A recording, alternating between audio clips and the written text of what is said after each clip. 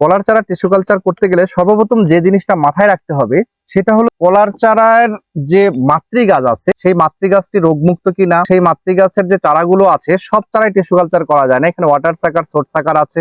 সেক্ষেত্রে সোট সাকারটা নির্বাচন করে তারপর টিস্যু কালচার করতে হবে, যেটি তরবারির মতো দেখতে। আমরা অনেক সময় বলি টিপু সুলতানের তরবারি যেরকম ছিল ঠিক সেরকম দেখতে, সেই চারাগুলো আসলে টিস্যু কালচারের জন্য উপযুক্ত চারা। তো সেই টিস্যু কালচার চারাগুলো সিলেক্ট করতে হবে এবং সেগুলোর মেরিস্টেম বা কন্দ থেকে এক্সপ্লান্ট সংগ্রহ করে সেগুলোকে বিভিন্ন উপায়ে ডিসইনফেক্টেড করতে হবে, যাতে এগুলোতে কোনো ধরনের ব্যাকটেরিয়া এবং ছত্রাক না থাকে। সেগুলোকে হলো যে প্রাথমিক পর্যায়ে কৃত্রিম পুষ্টি উপাদানে দেওয়া হবে এবং সেখান থেকে শাখা পোশাখা বের হবে, সেগুলোকে আবার সাবকালচার করে আরো অনেক বেশি চারা উৎপাদন করা হবে। এভাবে কিছু ধারাবাহিক প্রক্রিয়ার মাধ্যমে টিস্যু কালচার চারা উৎপাদন করা হয় এবং প্রত্যেক ক্ষেত্রেই কন্টামিনেশন বা বিভিন্ন ধরনের ছত্রাক বা ব্যাকটেরিয়ার আক্রমণ হচ্ছে কিনা ক্লোজ অবজারভেশনে রাখা হয়, যেন কোনোভাবেই টিস্যু কালচার চারায় এই ধরনের রোগগুলো আসতে না পারে।